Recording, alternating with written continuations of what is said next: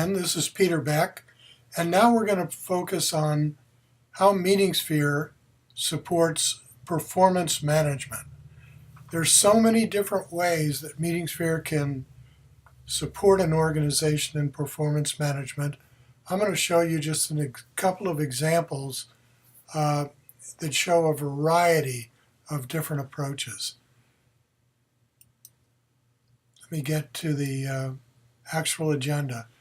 In a lot of performance management, we're rating things like safety incidents, and we're trying to collect information on the number of incidents and also collect from people some major issues and solutions that go along with them. Sometimes we would just pull different departments, different organizations, but we'd get all of that information and try and aggregate it and then be able to present it in either a table. In this case, here's a table that shows you the number of incidents. In June, this shows one incident. And also those comments about what might happen in those incidents.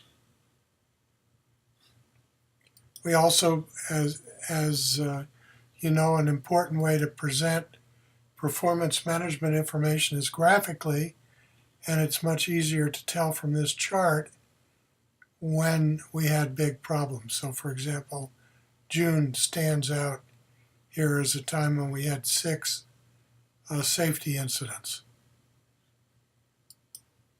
That's one example. Another example might be in tracking 2 different metrics, in this case, number of hires and the number of losses in an organization. This provides a matrix to collect that information. And then we can look at the table that actually shows the numbers, but most importantly, when we look at a graph like this, we can tell the number of hires and losses. Now, if the hires and losses fell along a diagonal line, they would kind of be equal. In these cases, we had no losses. In this month, we had 3 hires and 3 losses. But when they fall off the diagonal line, we either have more losses or more hires. And that's understandable in an organization because of the lags. Usually you sometimes don't hire immediately, and often you hire a person before you actually have a vacant slot. But tracking those things is quite easy in a tool like MeetingSphere. Another thing that's often done in an organization is tracking people's performance. In this case, we have 3 departments with different people in each department and some kind of a goal to make sure that in terms of different criteria like core competencies, their ability to either need improvement or exceed expectations, and again in goal accomplishment, again, do they need improvement or exceed expectation? The idea is to try and separate out the average employees from the really truly excellent employees, maybe the top 10 or 15%. This can be rated by a panel, by a leadership team, and the results can easily be looked at in terms of a table, but easily in terms of a graphic. So here are all the people, and you can see several of them kind of overlap, but we can look right down into the different organizations.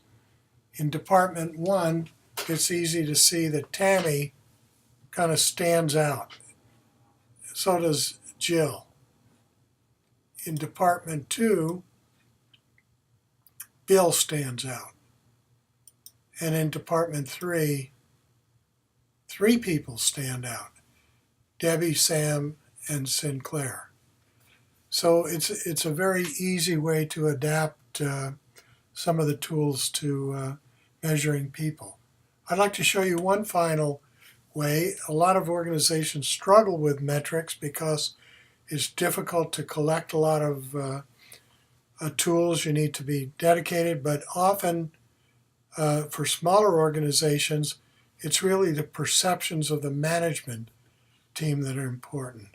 And in this case, we might have a management team that gets together periodically and looks at some key performance indicators, those listed here, things like the diversity of the workforce, collaboration on the executive team, quality of the products and services. And what they're trying to determine is, compared to this time last year, are we much worse, about the same, better, or much better?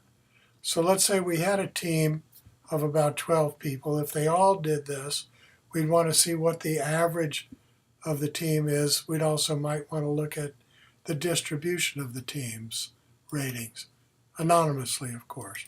So to look at the distribution, we could look at it on a table, but easily, again, looking at a graph, we can see the things that fall to the right. Collaboration on the executive team, better than last year, better on customer service, better on collaboration in the workforce, but our quality of products and services has gone down. Diversity in the workforce is down. And worst of all, employee satisfaction and engagement is down. So you can see from these charts that it's very easy to create many different ways to do performance management in MeetingSphere. Look forward to your questions.